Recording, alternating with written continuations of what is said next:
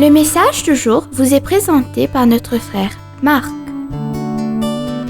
Salut, chers bien-aimés de notre Père Céleste. Aujourd'hui, notre exemple de période sèche, le chemin vers la victoire, et Israël devant la mer Rouge. Bien-aimés, voici l'une des plus grandes manifestations de Dieu dans toute l'histoire du monde.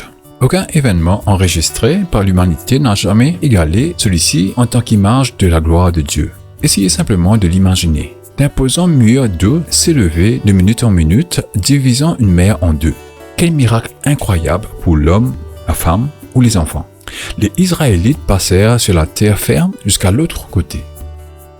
Une fois arrivés en sécurité, ils se retournèrent pour voir des vagues imposantes s'écraser sur leurs oppresseurs égyptiens. Dieu avait miraculeusement livré son peuple à la victoire. Et maintenant, ils dansaient de joie et chantaient des louanges. Quel moment spirituellement fort ce fut pour eux. Alors, qu'est-ce qui a suivi après cela pour Israël? 3 jours après leur incroyable victoire, ils étaient complètement découragés. Ils avaient soif d'eau dans le désert et le lac de Mara, où Dieu les a conduits, était amer. Alors que les gens crachèrent de l'eau de leur bouche, leur foi a été brisée.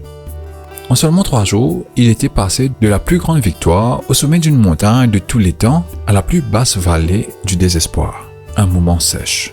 À la mer Rouge et au lac de Mara, Dieu éprouvait son peuple. Et là, ils les éprouvèrent. Exode, chapitre 15, verset 25. En termes simples, Dieu était avec son peuple dans son moment fort, mais il était aussi avec eux tout autant dans leurs moments difficiles. Bien-aimés, il est bon pour nous tous de réfléchir à ces situations, des moments forts et des moments bas dans la vie, et de toujours avancer vers la victoire car le Seigneur a promis d'être toujours avec nous. Alors soyez prudents et prenez soin de vous. Demain, nous considérerons un autre exemple. Que Dieu vous bénisse tous. Profitez de votre journée en lui. Au revoir. Si toi aussi tu crois que la parole de Dieu est une bénédiction, partage-la et sois une source de bénédiction pour les autres toi aussi.